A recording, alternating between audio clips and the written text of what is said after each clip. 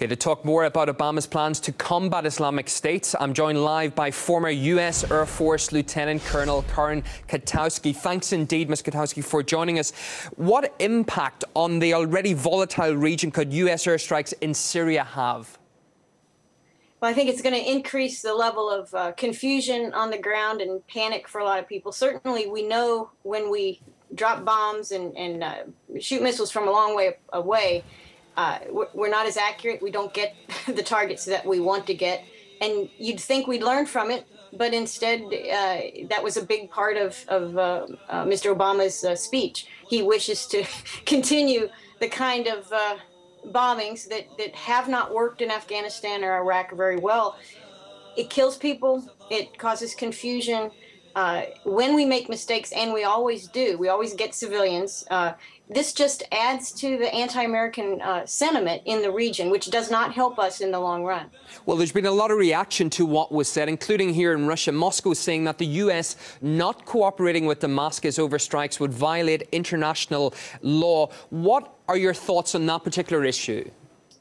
Two things. One, they're right. It is, if they don't have permission to drop ordnance on the territory of Syria, then that is an act of war. There's no doubt about that. That's very straightforward. The other point that we have to remember is, you know, Obama has been violating international law for at least 2 years in assisting the rebels in Syria.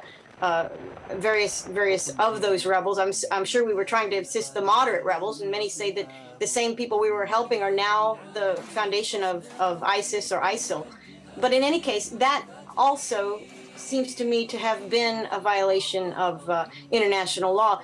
We like in this country, it seems Washington, D.C. likes to talk about international cooperation, and we talk about international law, but we really ignore it whenever we want to. And I think in Syria, we've been ignoring it for some time. This latest point in his speech really is a continuation of ongoing policy, I would think. It also brings up the point again that why does the U.S. want to fight Islamic State without teaming up with Assad against what is now their common enemy? Yeah, that's a good question. Well, you know, we've ruined our relationship with Assad. We have publicly on the international stage declared that he is unfit for office and that we think he should go. So we would then be hypocritical to associate with him and to side with him and to aid him in any way. So we boxed ourselves into a corner with that one. And I think the same can go for the way we've treated the Russian government as well in alienating them. We also can't exercise the benefits of an international cooperation with these countries that we have demonized and alienated.